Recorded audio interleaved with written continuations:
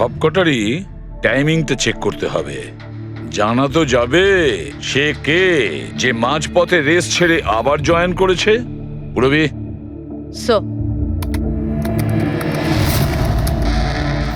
Sir, আমাদের প্রথম কচ্ছপ হলো এই নবীন। এ রেসের প্রত্যেকটা ল্যাপ 25 মিনিটে কমপ্লিট করেছে, কিন্তু শেষ ল্যাপের পরে ফিনিশিং লাইন পর্যন্ত পৌঁছানোর জন্য, মানে 1 কিলোমিটার ক্রস করার জন্য ওর 50 মিনিট সময় লেগেছে। নবীন,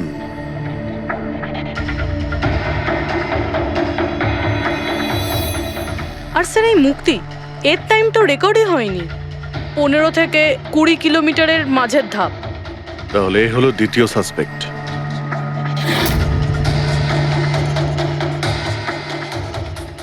মুক্তি। আর এবার এই গৌরব, এ তো 15 কিলোমিটারের ধাপই বের হতে পারেনি। তাহলে এই হলো আমাদের তৃতীয় সাসপেক্ট।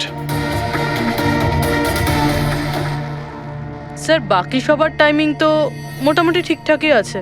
তার মানে এই খুন এই তিনজনের মধ্যেই কেউ করেছে, মুক্তি, নবীন আর গৌরবের মধ্যে। যদি নবীন খুন করে থাকে তাহলে সে রেস ছেড়েছে 20 কিলোমিটার আর ফিনিশিং লাইনের মাঝপথে। প্যাট্রিক, পঙ্কজ, বাইক নিয়ে যাও, এবার স্পিডে যাবে ওই রুটেই। আর খেয়াল করো যেখানে ওই তিনজন যেখানে রেস ছেড়েছে সেখান থেকে রোহনের বাড়ি কতটা দূরে আর কত সময় লাগতে পারে।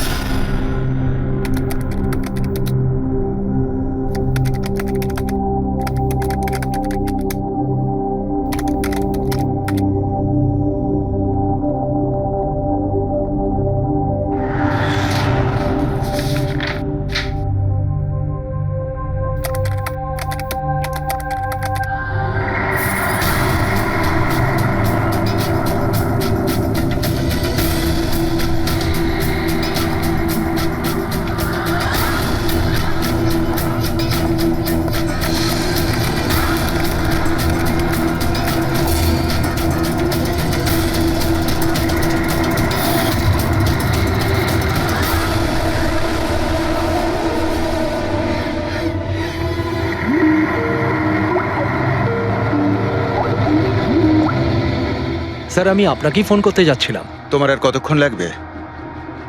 আপনি এটা ধরে নিতে পারেন গন্তব্যে আমরা পৌঁছে গেছি। বলছো লোকের কাছাকাছি দেখতে পাচ্ছ? হ্যাঁ, দেখতে পাচ্ছি তো। Tendering and estimating department.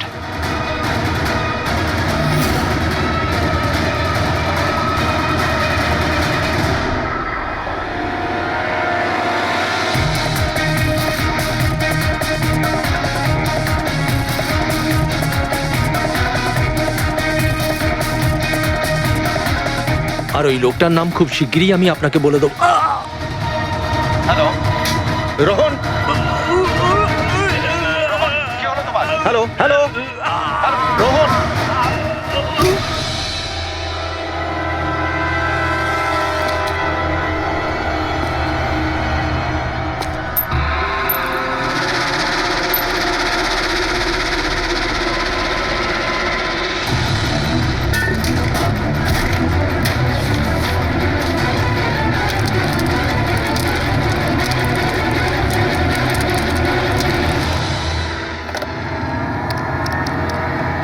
Hello, police station.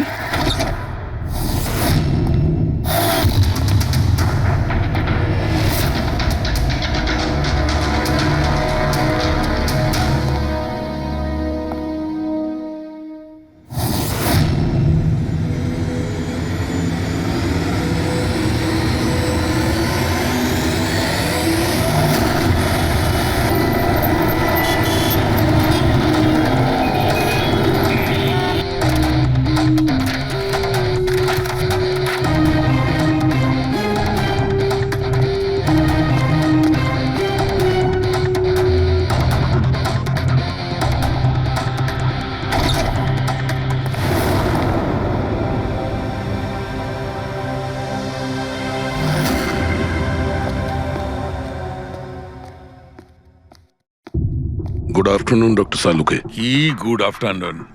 Please, sorry, don't mind. আসলে যখনই কোনো নিরপরাধ লোকের খুন দেখি না, তখন এই গুড আফটারনুন গুড মর্নিং এর উপর বিশ্বাসই চলে তাই তো যায়। ডক্টর। ডক্টর কোনো পোক্ত প্রমাণ পেলেন?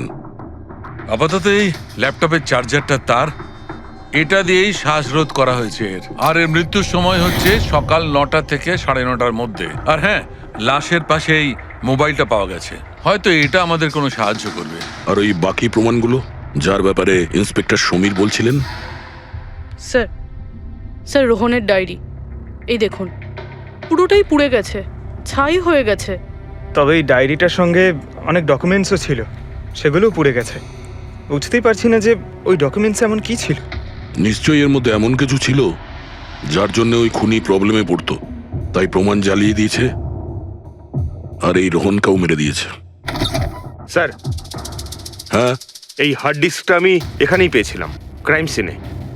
আমি এটা একজন কম্পিউটার এক্সপার্টকে দেখিয়েছি। পুরোপুরি নষ্ট হয়ে গেছে, ডেটা রিকভার করা সম্ভবই নয়। খুনি প্রত্যেকটা প্রমাণকে খারাপ করে দিয়েছে। কোনো ব্যাপার না, কোথাও না কোথাও কিছু না কিছু প্রমাণ নিশ্চয়ই পাবো। পুরবি, স্যার। এই রোহনের ব্যাকগ্রাউন্ড চেক করেছো? হ্যাঁ স্যার, পুরো নাম রোহন কুমার। এ পুনেতে থাকে, এখানে মুম্বাইতে চাকরি করছিল, একাই থাকতো। আর এখানেই এই বাড়ি থেকেই কাজ করছিল। কি কাজ কি করতো? গোয়েন্দা ছিল। বড় বড় কোম্পানিতে যে লাখ লাখ টাকা জালিয়াতি হয় সেগুলোর তদন্ত করত। তাহলে তো অনেক শত্রুই আছে এই রোহনের। হ্যাঁ দয়া, আর ওই অনেকগুলো শত্রুর থেকে আসল খুনিটা কে সেটা হয়তো তোমাকে এইটা বলবে। কি এটা ডক্টর? এটা চুম্বক। চুম্বক? এর মধ্যে একজন দৌড়বীরের ছবিও আছে, কিন্তু এই চুম্বক রোহনের বডির মধ্যে কি করছিল? আমার মনে হচ্ছে হয়তো এটা খুনির হবে। ওর পকেটে ছিল, এদিক ওদিক করতে গিয়ে হয়তো এটা পড়ে গেছে। তাহলে তো এটা আঙুলের ছাপ থাকবে? না, একটাও নেই। একটাও নেই।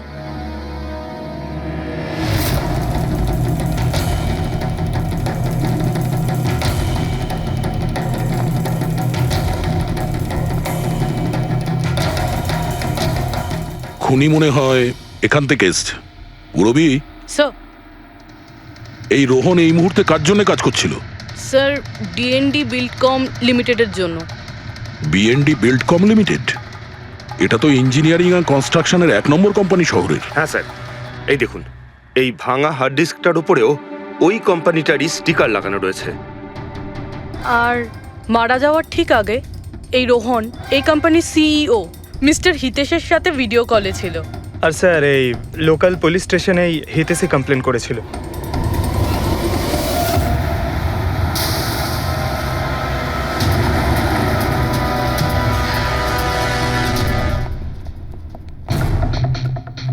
এটা কি এত বড় অফিসে শুধুমাত্র একজনই লোক ছিল নাকি? মনে হচ্ছে স্যার ইন্ডিয়ার ম্যাচ দেখার জন্য সবাই বাড়ি চলে গেছে। আচ্ছা, আজকে ইন্ডিয়ার ম্যাচ আছে? স্কোরটা কি হলো? কোহলি সেঞ্চুরি করতে যাচ্ছে। কি বলছেন স্যার? আপনি কি করে জানলেন? বাইরে ওয়াচম্যান কমেন্ট্রি শুনছিল। ইনভেস্টিগেশন করতে এসেছি, চোখ কান খোলা রাখতে হবে। স্যার, হিতেশের cabin. Mister Hitesh, hi, CID. Please বসুন। আমি আপনাদেরই অপেক্ষায় ছিলাম। শুরু থেকে বলুন সবকিছু। 6 মাস আগে আমি রোহনকে কাজে রাখি। গত 5 বছর ধরে আমাদের কোম্পানিতে যে লোকসান হচ্ছে তা আগে কখনো হয়নি। কি ধরনের ক্ষতি? লোকসানের লিস্ট তো বলে শেষ করা যাবে না। যে টেন্ডারগুলো আমাদের কোম্পানির পাওয়া উচিত ছিল সেগুলো হাত থেকে বেরিয়ে যাচ্ছিল। এই দেখুন, 1100 কোটির রিফাইন্ডিং কন্ট্রাক্ট, 37 কোটির রেলওয়ে কন্ট্রাক্ট আর 800 কোটির পাওয়ার ট্রান্সমিশন কন্ট্রাক্ট। এটাও তো হতে পারে যে যে সমস্ত কোম্পানি এই কন্ট্রাক্টটা পেয়েছে ওরা আপনার থেকে কম কোট দিয়েছে। সেটাই তো আমি বলতে চাইছি স্যার। যদি অন্য অন্য কোম্পানি এই টেন্ডার পেত তাহলে ব্যাপারটা অন্য ছিল, কিন্তু এই সমস্ত কন্ট্রাক্ট একটা মাত্র কোম্পানিই পেয়েছে। আর সবচেয়ে বড় কথা হলো তাদের অ্যামাউন্ট আমাদের দেওয়া অ্যামাউন্টের থেকে মাত্র 1000 টাকা কম। শুধুমাত্র 1000 টাকা কম? কোন কোম্পানি এটা? XPL infrastructure. XPL infrastructure? তাহলে আপনার মনে হচ্ছে যে আপনার কোম্পানিতে এমন কেউ বেইমান আছে যে স্যালারি আপনার থেকে নেয় কিন্তু কাজ এক্সপিএল এর জন্য করে? 100% কেউ না কেউ তো অবশ্যই আছে। আর রোহন ওই লোকটার খুব কাছাকাছি পৌঁছে গিয়েছিল। ওর লাস্ট ফোন কলে আমায় এটাও বলেছিল যে সেই বেইমান এস্টিমেটিং অ্যান্ড টেন্ডিং ডিপার্টমেন্টের লোক। আচ্ছা, এই ক্রাইম সিন থেকে আমরা এই ড্যামেজড হার্ড ডিস্কটা পেয়েছি। কি আছে এর ভেতরে? স্যার এটা আমাদের কোম্পানির গত 5 বছরের CCTV footage, call logs, emails, আমাদের কোম্পানিতে কত এমপ্লয়িজ আছে, সমস্ত ইনফরমেশন এতে ছিল। তাহলে এর কপি নিশ্চয়ই আছে আপনার কাছে? আগে হ্যাঁ আছে। আমরা ওটা আমাদের সঙ্গে নিয়ে যাব। শিওর।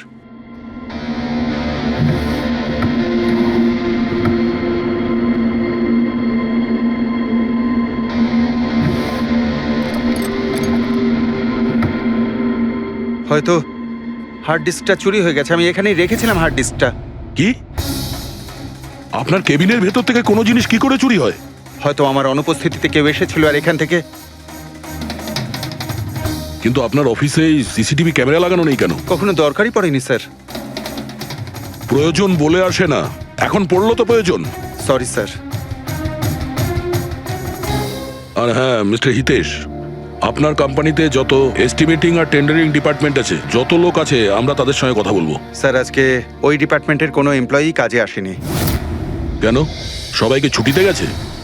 আসলে ওরা প্রত্যেকেই ম্যারাথন রেসে পার্টিসিপেট করতে গেছে, যেটা সকাল 7টা থেকে 11টার মধ্যে হবে। কি সবাই ওই ম্যারাথন রেসে দৌড়তে গেছে? হঠাৎ করে সবাই এরকম রানার হওয়ার স্বপ্ন দেখছে কেন? আসলে আমাদের কোম্পানি এই ম্যারাথন রেসটা স্পন্সর করছে, তাই আমাদের এমপ্লয়ীদের এটা বাধ্যতামূলক ছিল ওখানে পার্টিসিপেট করা। শুধু তারাই পারবে না যাদের হাঁটুতে বা অন্য কোনো সমস্যা আছে। তো আপনারও সমস্যা আছে হাঁটুতে? হ্যাঁ। আচ্ছা আচ্ছা, এই ডিপার্টমেন্টে কতজন কাজ করে? 10 জন। আর এই 10 জনই ম্যারাথন রেসে গেছে? হ্যাঁ স্যার, যদি কেউ না যেত আমি অবশ্যই জানতে পারতাম স্যার। স্যার, হুম, যদি পুরো ডিপার্টমেন্টের সবাই ম্যারাথনে দৌড়চ্ছিল যখন রোহনের খুন হয়েছিল, তাহলে খুনটা করলো কে? হতে পারে ওই কন্ট্রাক্ট কিলার। 1 মিনিট মিস্টার হিতেশ, আপনার কাছে এই ম্যারাথন রেসের কোনো ব্রোশিয়া, কোনো লেটার আছে? ইয়েস স্যার, আমি আনছি। কি হলো স্যার? চুম্বকে ওই দৌড়ানোর লোকটা, ম্যারাথন রেস, এক্ষুনি জানতে পারবো। এই নিন sir. Thank you. You are welcome sir. হুম, দেখেছো, এটাই হলো ওই চুম্বকের রহস্য। যেটা ক্রাইম সিনে পাওয়া গেছে সেটা ম্যারাথন রেসে। মানে স্যার, ও ম্যারাথন রেসে দৌড়চ্ছিল, রোহনকে খুন করার জন্য ও রেস ছেড়ে দিয়ে ওর বাড়ি চলে যায়। মনে তো হচ্ছে এইরকমই। স্যার এই বিপ ম্যাগনেট জার্সির ওপর লাগানো হয়। সঞ্জু স্যারকে একটু বুঝিয়ে দাও। দেখুন স্যার, এই ম্যাগনেটটাকে এখানে এইভাবে লাগিয়ে দিতে হবে। সেম এরকমই আরেকটা নেওয়ার পরে জার্সির ভেতর থেকে আমরা নিয়ে নেব, আর এটাকে আমরা এইভাবে লাগিয়ে দেবো। সেম আরেকটা এইভাবে নিয়ে এটাকে নিয়ে আমরা এইভাবে লাগিয়ে দেবো, আর এটা এইভাবে লক হয়ে যায়। আগে আমরা সেফটি পিন ইউজ করতাম, কিন্তু 2-1বার রানার্সের চোট লেগেছিল, তাই আমরা এই ম্যাগনেট টেকনিকটার ব্যবহার করছি। এই ম্যাগনেট আর রেসিং হুইপ আপনি সব প্রতিযোগীকেই দিয়েছিলেন? ইয়েস স্যার, সবাইকে জানিয়ে দেওয়া হয়েছিল, বলাও হয়েছিল রেস শেষ হয়ে যাওয়ার পরে সব ম্যাগনেটগুলোকে ফেরত দিয়ে দিতে। তাহলে কারা কারা এই ম্যাগনেট ফিরিয়ে দেয়নি? স্যার অনেকেই দেয়নি, কেউ ফেলে দিয়েছিল, কেউ বা হারিয়ে ফেলেছিল, আর এক একজনের দায়িত্বও ছিল না যে জিনিসটাকে ফেরত দিতে হবে। একটা কথা তো শিওর, কেউ রেস মাঝপথে ছেড়ে দিয়েছিল, গিয়ে খুন করে আবার ফিরে এসেছে। কিন্তু স্যার, রেস তো অনেক লোকেই মাঝখানেই ছেড়ে দিয়েছিল, কিন্তু এটা কি করে জানা যাবে যে তাদের মধ্যে রোহনকে কে মেরেছে?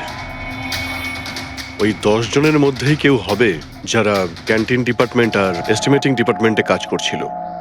কিন্তু স্যার ওই 10 জনের মধ্যে রেস মাঝপথ থেকে ছেড়ে দিয়েছিল, এটা কিভাবে জানতে পারবো? জানা যেতে পারে স্যার। কি করে? স্যার আমরা প্রত্যেকটা প্রতিযোগীর মাথায় গোপ্রো ক্যামেরা লাগিয়েছিলাম, আর সেটা থেকে জানা যেতে পারে কে মাঝপথে ছেড়ে দিয়েছিল। ওয়ান্ডারফুল।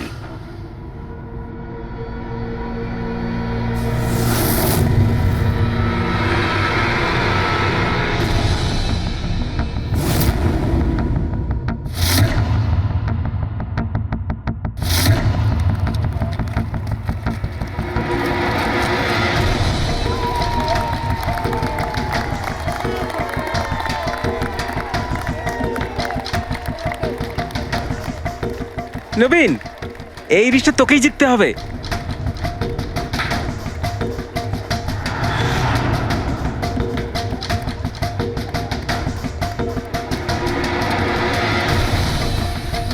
রান।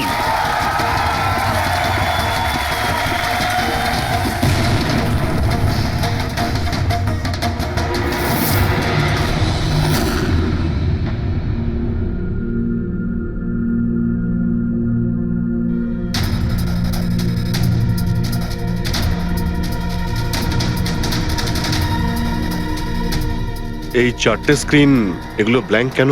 জানি না স্যার, আমরা তো সব ক্যামেরা চালু করে এদের দিয়েছিলাম, হয়তো ভুল করে এই চারজন ক্যামেরা অফ করে ফেলেছিল। ভুল করে করেছে নাকি ইচ্ছে করে?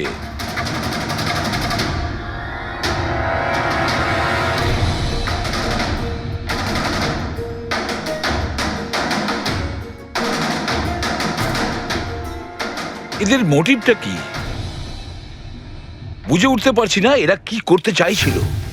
কি কুনাল, একটা ক্যামেরা ভাঙা, একটা ক্যামেরায় মাটি লেগে আছে, এই চারটে ক্যামেরা ব্ল্যাঙ্ক, সেটা কেন? জানি না স্যার। ওইসব জানি নাটা নিয়ে বললে হবে না। এই সব কটা ক্যামেরা 10-এ 10 আমার চাই। স্যার এই তিনটে ক্যামেরা একদম ঠিক ছিল স্যার। এমপ্লয় 1, এমপ্লয় 2 আর এমপ্লয় 3। তার মানে এই তিনটে ক্যামেরায় কোনো টেকনিক্যাল প্রবলেম ছিল না। কেউ ইচ্ছে করে ক্যামেরাগুলো বন্ধ করেছিল বা ভুল করেও করে থাকতে পারে, কিন্তু বলা যায় না। কিন্তু স্যার এই চারটে ক্যামেরারই ফুটেজ একদম ঠিকঠাক স্যার। এমপ্লয়ি 4, 5, 6, 7। তাহলে এবার যাই প্রবলেম ক্যামেরাতে। সবার আগে প্রবলেম ক্যামেরা ছিল এই নবীনের, যার লেন্স ক্র্যাক হয়ে গেছিল। হতে পারে দৌড়তে দৌড়তে পড়ে গেছিল।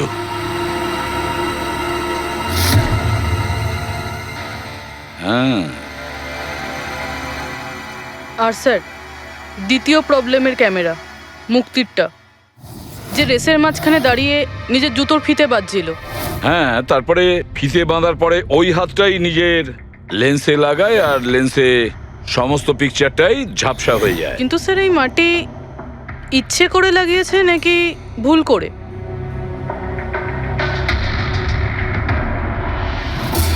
আরে 10টা লোকের তো 10টা গোপ্রো ক্যামেরা থাকা উচিত, এখানে তো দেখছি 9টা।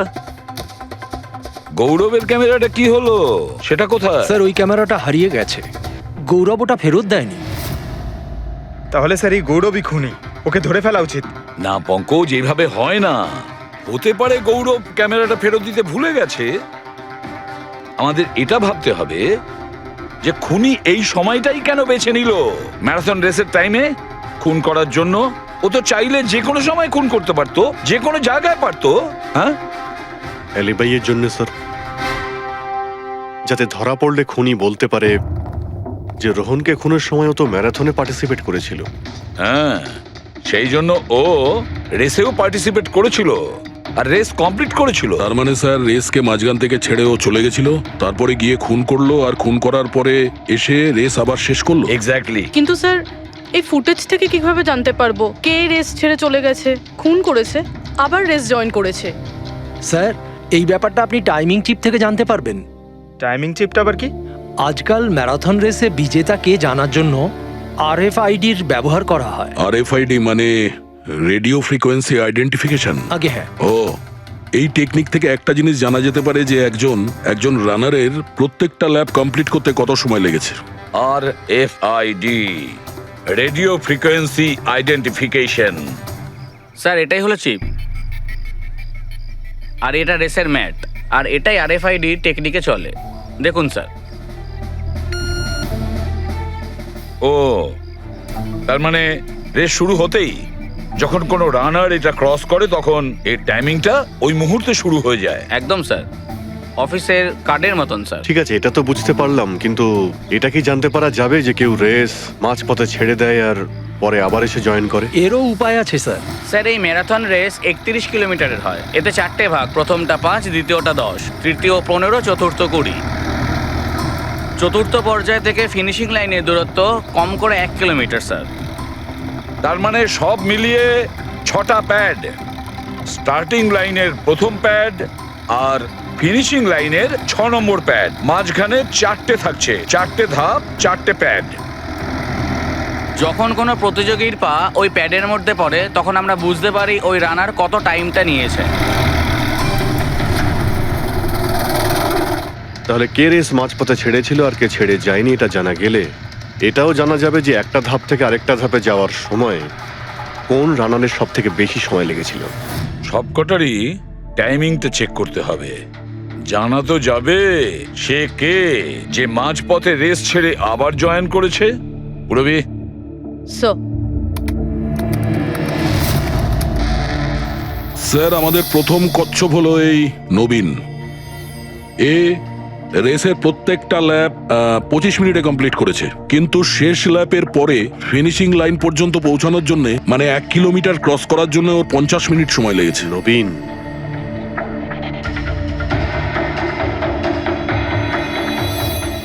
আর স্যার এই মুক্তি, এর টাইম তো রেকর্ডই হয়নি। 15 থেকে 20 কিলোমিটারের মাঝের ধাপ। তাহলে এ হলো দ্বিতীয় সাসপেক্ট।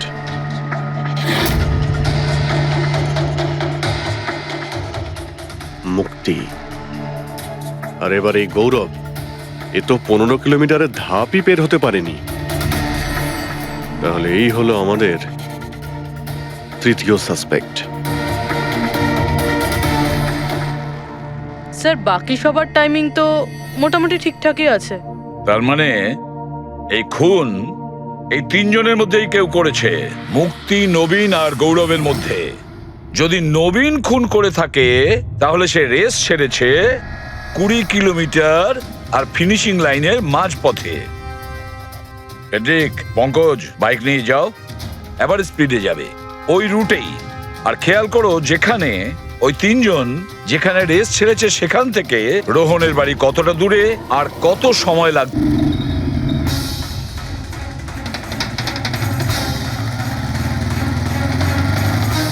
পনেরো কিলোমিটারের মাঠ থেকে আসছি স্যার, এটা 10 কিলোমিটার। হ্যাঁ, মুক্তি বোধহয় এখানেই কোথাও দাঁড়িয়েছিল, 10 আর 15 কিলোমিটারের মার্কের মাঝখানে। এই আমি স্টপ ওয়াচটা অন করলাম আর আমি চললাম রোহনের বাড়ি। থাম পঙ্কজ, এই রাস্তাটা দিয়ে। এই রাস্তা দিয়ে? হ্যাঁ, এই রাস্তাটা। চলুন। আরে আস্তে চালা না। হ্যাঁ।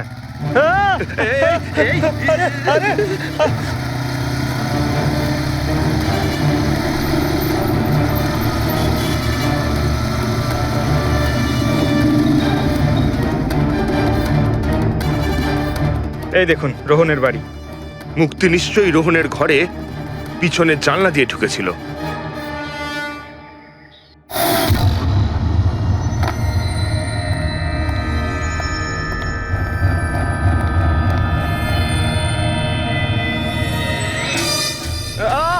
আরে অ্যাক্টিং করতে বলেছিলাম। থাম। মুক্তি রোহনকে খুন করার পর হয়তো সমস্ত তথ্য প্রমাণ পুড়িয়ে আবার দৌড়ে ফিরে গিয়েছিল ম্যারাথন শেষ করতে। চল আমরা আবার যাব সেই ম্যারাথনের ওখানেই, 20 কিলোমিটারের মার্কটার কাছে।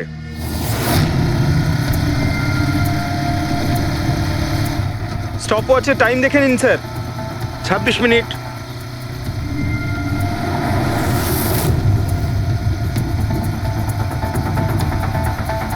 বাহ, আরে ব্যাস ব্যাস ব্যাস। এবার মুক্তি পৌঁছলো 20 কিলোমিটারের মার্কে পাক্কা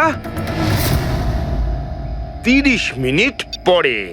আর তারপর এখান থেকেই হয়তো ও রেসটা শেষ করেছিল।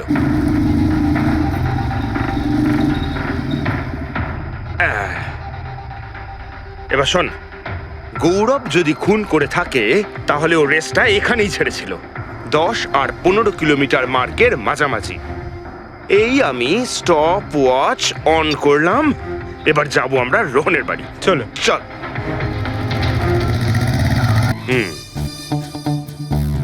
হ্যাঁ, একদম পুরো বিশ্বাস আছে আমার। Excuse me. এই ছাড় ছাড় ছাড় ছাড়, আরে আরে আরে মরে যাবো তো। চল।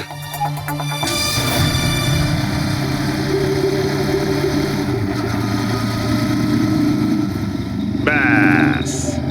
একটু দাঁড়ান। আমি বুঝতে পেরেছি, আমি বলছি। এই গৌরব রোহনের বাড়ি থেকে 15 থেকে 20 কিলোমিটার দূরে রেসে আবার জয়েন করেছিল, তাই না? সাবাস! হ্যাঁ। আমার সাথে থেকে থেকে তোরও তো বুদ্ধি খুলে গেছে। আর এই সব কিছু করতে গৌরবের টাইম লেগেছিল পুরো 27 মিনিট। এবার দেখা যাক নবীনের কত লেগেছিল। এবার যদি নবীন খুন করে থাকে তাহলে ও নিশ্চয়ই এখান থেকে গেছিল, যেখানে ও পড়ে গেছিল। এই আমি স্টপ ওয়াচ অন করলাম। এবার যাওয়া যাক রোহনের বাড়ি। চল চলুন স্যার। ওকে পঙ্কজ, 3 জন রোহনের সাথে এরকমই কিছু করেছিল। ব্যাস,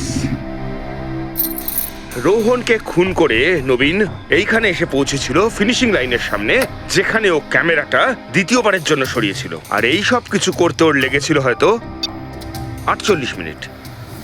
স্যার, হ্যাঁ, জানতে পেরেছি 3 জনের কত সময় লেগেছিল। আচ্ছা, তাহলে বলো মুক্তির কত সময় লেগেছিল? মুক্তির লেগেছিল 30 মিনিট, আর টাইমিং চিপ অনুযায়ী 39 মিনিট লেট ছিল। আর গৌরব? গৌরবের 27 মিনিট। আর ও ম্যারাথন রেস থেকে নিখোঁজ ছিল 24 মিনিটের জন্য। নবীনের লেগেছিল 48 মিনিট রোহনের বাড়ি গিয়ে ওকে খুন করে ফিরে আসতে। আর টাইমিং চিপ অনুযায়ী এই নবীন 50 মিনিট লেট ছিল। হ্যাঁ, আমাদের খুনি এই 3 জনের মধ্যেই কেউ হবে, নবীন, গৌরব আর মুক্তির মধ্যে। মিস্টার নবীন, একটা কথা বলুন। এই রেসে আপনি প্রত্যেকটা ল্যাপ 25 মিনিটে কমপ্লিট করেছেন, কিন্তু ফিনিশিং লাইনের আগে ওই 1 কিলোমিটার যেতে আপনার 50 মিনিট সময় লেগেছিল। কেন? স্যার, ওই 20 কিলোমিটার পুরো করার পর আমি নিচে পড়ে গেছিলাম। আর স্যার, ওই আমার পায়ে চোট লেগেছিল আর ক্যামেরাটাও ভেঙে যায়। স্যার, লাস্টের 1 কিলোমিটার আমি কতটা কষ্টে পুরো করেছি স্যার আমিই জানি সেটা। এই আঘাতটা কোথায় লেগেছে আপনার? স্যার, এইখানে দেখুন স্যার। পট্টিটা খোলো। হ্যাঁ, এইটা।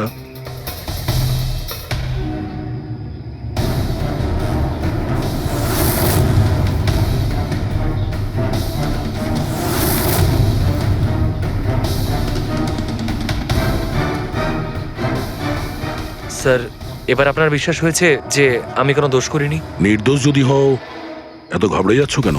ঘাম হচ্ছে, অনেকটা নার্ভাস লাগছো তুমি। হ্যাঁ, মাটি কেন লাগিয়েছিলে ক্যামেরাতে? জানি না, ভুল করে লেগে গিয়েছিল। ভুল করে? 15 থেকে 20 কিলোমিটার ধাপও ভুল করে ছেড়ে দিয়েছিলে নাকি? আমি তো কোনো ধাপই ছাড়িনি, সমস্ত ধাপই পুরো করেছি। কিন্তু টাইমিং চিপ তো অন্য গল্প বলছে। টাইমিং চিপ খারাপও তো হতে পারে।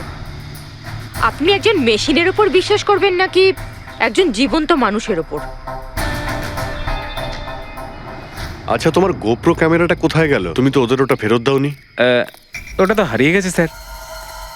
হারিয়ে গেছে? কি করে হারিয়ে গেল ভাই? জানি না স্যার, ওই রেসের মাঝখানে হঠাৎ করে দেখলাম ক্যামেরাটা ছিলই না, জানি না কোথায় পড়ে গেছে। আচ্ছা, আর ওই 15 কিলোমিটারের ধাপটাও কি হারিয়ে গিয়েছিল? ওটাকে তো পার করনি তুমি। স্যার, আমি পুরো রেস কমপ্লিট করেছি। মিথ্যে কথা বলবে না। রেসের মাঝে কোথায় গিয়েছিলে? কোথাও যাইনি স্যার, আমি তো পুরো রেস কমপ্লিট করেছি, কোথাও যাইনি স্যার। আচ্ছা, স্যার মনে হচ্ছে নবীনই, কারণ আমি যখন ওকে জিজ্ঞাসাবাদ করছিলাম তখন ওর মুখ একদম ফ্যাকাশে হয়ে গেছিল, হাত পা কাঁপছিল ওর। এই গৌরবও কম নয়। ও বললো জানি না কি করে ক্যামেরাটা হারিয়ে গেছে। আরে এত বড় একটা ক্যামেরা পড়ে গেলে সেটা কেউ জানতে পারবে না স্যার। বস, তোমার কথাটা ঠিকই, কিন্তু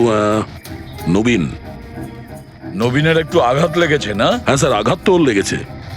স্যার আমার মনে হচ্ছে ও মিথ্যে কথা বলছে। স্যার, আমার মনে হচ্ছে মুক্তি মিথ্যে বলছে। ও জেনে শুনেই ক্যামেরায় মাটি লাগিয়েছিল, কারণ নিশ্চয়ই এমন কিছু আছে যেটা ও আমাদের থেকে লুকোতে চাইছে। হ্যাঁ, এটাও হতে পারে, কারণ ক্যামেরায় যদি ভুল করে মাটি লেগে যেত তাহলে আরো সবার ক্যামেরাতে লাগতে পারতো ভুল করে। গোলমাল আছে এই 3 জনের মধ্যে, কোনো না কোনো গোলমাল তো নিশ্চয়ই আছে। খুনি এই 3 জনের মধ্যেই কেউ একজন। নবীন, আমাকে ওই জায়গাটা দেখাও যেখানে তুমি এক্স্যাক্টলি পড়েছিলে। কিভাবে পড়েছিলে? আসুন স্যার। কিন্তু স্যার, আমার পায়ে খুব ব্যথা আছে, আপনি একটু সাহায্য হ্যাঁ, করবেন আমাকে? নিশ্চয়ই নিশ্চয়ই, এসো।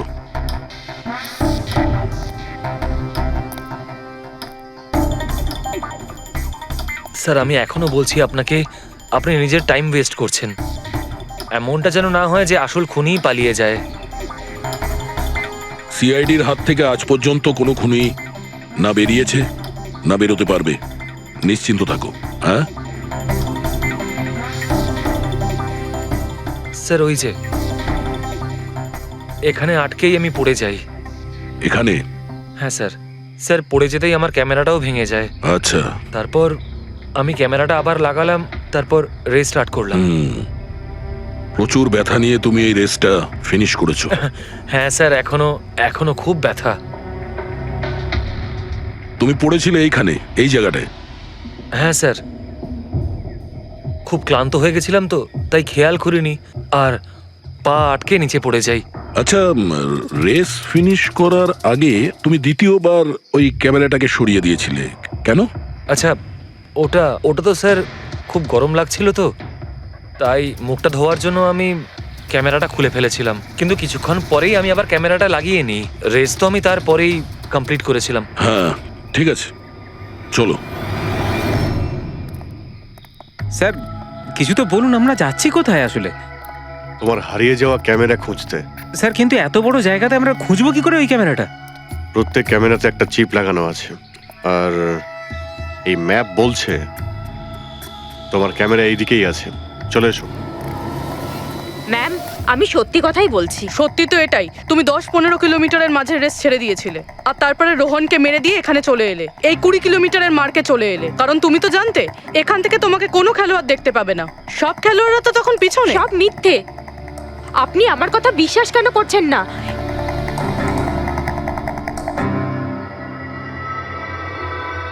কি কি খুঁজছো? আমি কিছু তো না। কিছু আছে ওখানে?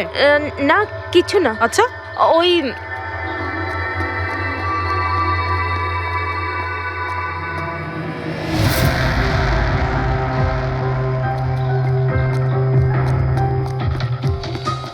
ও তো তুমি সাইকেলে করে গিয়েছিলে রোহনকে খুন করতে? আমি সত্যিই জানি না যে এই সাইকেলটা কার। তাই এক্ষুনি সব জানা যাবে যখন তোমার আঙুলের ছাপ এই সাইকেলে পাওয়া যাবে। হ্যাঁ ম্যাম, প্লিজ। হ্যাঁ,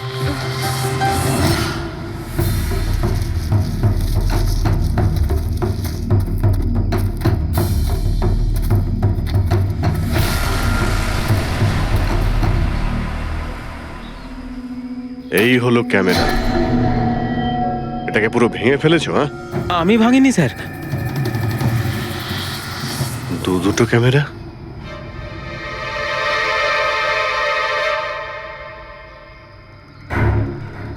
এই ক্যামেরাটা আবার কার? স্যার স্যার সরি, আমি আপনাকে মিথ্যে বলেছি স্যার, কিন্তু আমি আপনাকে সব সত্যি কথা বলে দিচ্ছি স্যার। বলো, তাহলে সত্যি বলার মুড হয়েছে তোমার? বলো। আসলে আমি এই জঙ্গলে না ড্রাগস নিতে এসেছিলাম, ওই গায়ের জোর বানানোর ড্রাগস, যাতে আমার গায়ে শক্তি আসে আর আমি জোরে দৌড়ে এই রেসটা জিতে যেতে পারি। সেই জন্যই আমি ক্যামেরাটা ভেঙে দিয়েছিলাম। খুব ভালো মজা করো তুমি। জোরে দৌড়ানো ড্রাগ নিয়েছিলে ম্যারাথনে, যেখানে অনেকক্ষণ দৌড়তে হয় আস্তে আস্তে। সেখানে জোরে দৌড়ানো ড্রাগের দরকার ছিল। মজা করছো? হ্যাঁ, এটা কার ক্যামেরা? আমি জানি না স্যার। কোনো ব্যাপার না, সব জানতে পেরে যাব। আমি অপরাধ করেছি, কিন্তু ওটা নয় যেটা আপনি ভাবছেন। আমি রোহনকে মারিনি। আমার দোষ শুধু এটুকুই যে আমি রেসটা জেতার জন্য একটু চালাকি করেছিলাম। বুঝলাম না, কি করেছো তুমি? আমি জানতাম না যে টাইমিং চিপ প্রত্যেক ধাপে রানারের টাইম নোট করবে। আমি ভেবেছিলাম শুধু রেসের প্রথমে আর শেষে টাইম ক্যালকুলেট হবে, আর তাই 10 কিলোমিটার পর্যন্ত এসে ক্যামেরায় মাটি লাগিয়ে দিয়েছিলাম আর ওখান থেকে সাইকেল নিয়েছিলাম।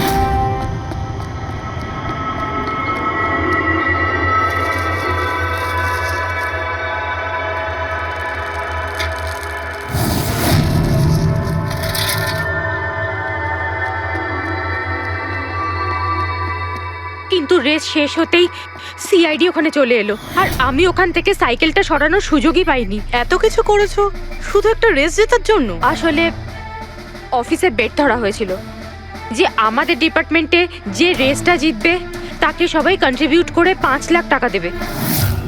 আমার টাকার খুব দরকার ছিল, তাই আমি এটা দীপ্তির ক্যামেরা। এই দুটো ক্যামেরা তোমরা কেন ভেঙেছিলে? স্যার আসলে আমরা এই রেসে এসেছিলাম যাতে একে অপরের সাথে সময় কাটাতে পারি, কিন্তু তারপরে খেয়াল হলো যে আমাদের প্রেমের কথাবার্তা সব ওই গোপ্রোতে রেকর্ড হচ্ছে স্যার। কখন থেকে ফলো করছে। শোন না, তোকে খুব সুন্দর লাগছে। দাঁত ছাড়ো তো, কি হলো? গোপ্রোতে সব রেকর্ড হচ্ছে। ও গড, এখন কি করব? হ্যাঁ, একটা কাজ করা যাক, চল আমার সঙ্গে। হ্যাঁ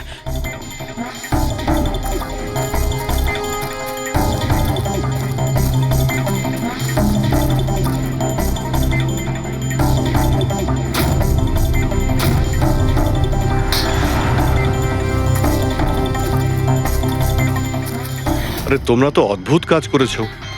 আরে এতে তো কোনো সাউন্ড রেকর্ডই হয় না, তোমরা তো বোকার মতো কাজ করেছিলে। হয়তো কে দুটো ক্যামেরা ভেঙে দিয়েছো। কি স্যার, এতে কিছু রেকর্ড হয়নি? স্যার নবীন তো আমাকে ওই জায়গাটা দেখিয়েছে যেখানে ও পড়েছিল, কিন্তু কেন জানি না আমার মনে হচ্ছে যে ও মিথ্যে কথাই বলছে। আরে মুক্তি, স্যার মুক্তি বলেছে যে ও সাইকেলের ব্যবহার করেছে রেস জেতার জন্য। স্যার হতে পারে ও মিথ্যে কথা বলছে, আর রোহনকে খুন ওই করেছে। আর গৌরব আর দীপ্তি, ওদের লাভ স্টোরির কি হলো? কতটা সত্যি? হ্যাঁ, ওরা সত্যি কথাই বলছে। ফোন রেকর্ডে দেখাচ্ছে দীপ্তি আর গৌরব প্রতিদিন 3-4 ঘন্টা করে নিজেদের মধ্যে কথা বলতো স্যার। একটা কাজ করি আমরা, আবার ম্যারাথন রেসের ফিনিশিং ভিডিওটা দেখি।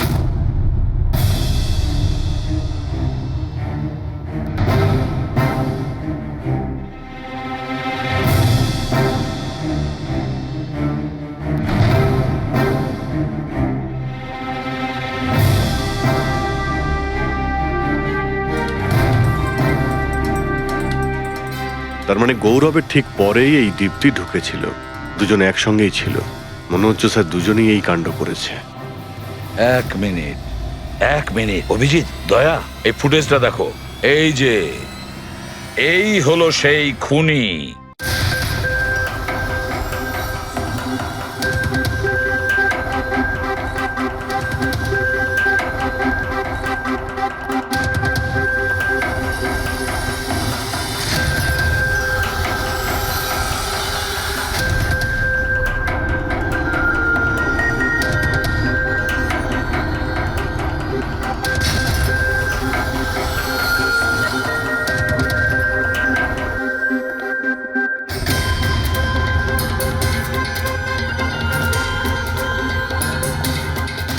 স্যার আমাদের এখানে কেন ডাকা হয়েছে? খুনির নাম বলবার জন্য।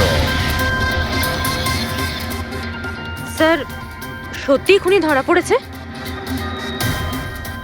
তাহলে বলুন না স্যার, কে খুনি? আরে বলবো, একটু ধৈর্য ধরো। মুক্তি, 5 লাখ টাকার জন্য তুমি বেইমানি করেছো। 5 লাখ টাকার জন্য। আর গৌরব তুমি তো তোমার ভালোবাসা লুকোনোর জন্য বেইমানি করেছো। আর নবীন তুমি, চলো তোমাকে আবার দেখাচ্ছি, রেসের একটা পার্ট দেখাচ্ছি। খুব ভালো করে দেখো আর বলো কোথায় ভুল আছে, বলো।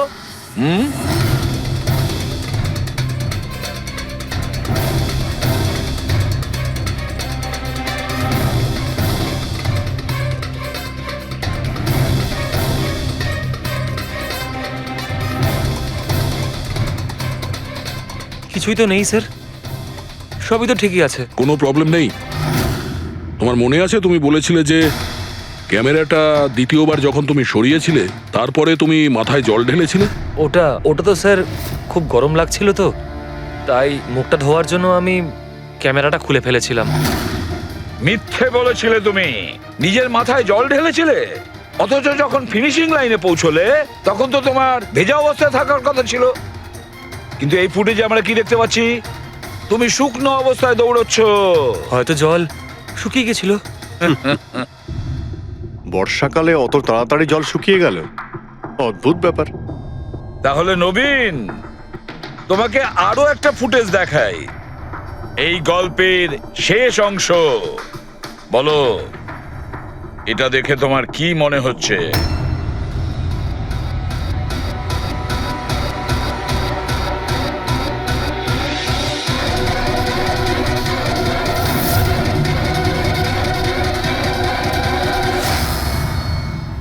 কি নবীন, এই ফুটেজে তোমার মুখটা কেমন চেঞ্জ চেঞ্জ লাগছে না?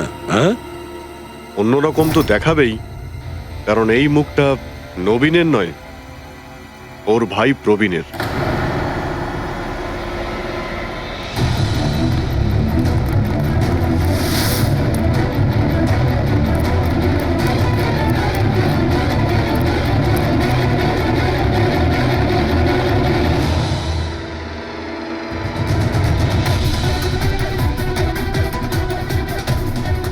খুব বড় প্ল্যান বানিয়েছিলে তুমি, দারুণ মাথা খাটিয়েছিলে তুমি। প্রথমে 3টে এমপ্লয়ির ক্যামেরা বন্ধ করে দিয়েছিলে,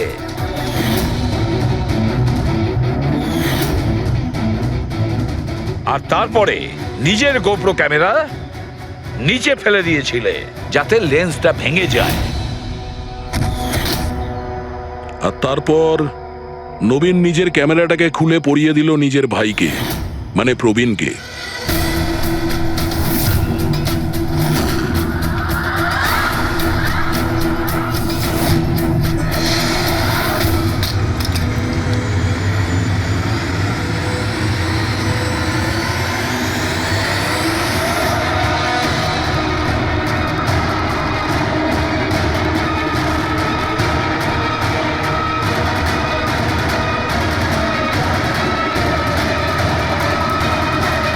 এই ক্যামেরা বদল করার সময় খুব একটা সময় ছিল না, তাই হতে পারে ওই টি শার্টে যখন কাগজটা লাগাচ্ছিল তখন সমস্ত ম্যাগনেটগুলো লাগায়নি, কিছু ম্যাগনেট নবীন নিজের পকেটে ভরে নিয়ে গেছিল।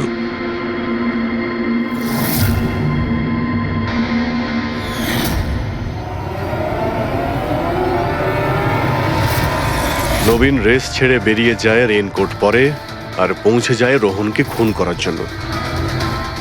কিন্তু ও কি করে জানবে যে রোহনকে মারার সময় ম্যারাথন রেসের ওই ম্যাগনেটই ওকে ফাঁসিয়ে দেবে?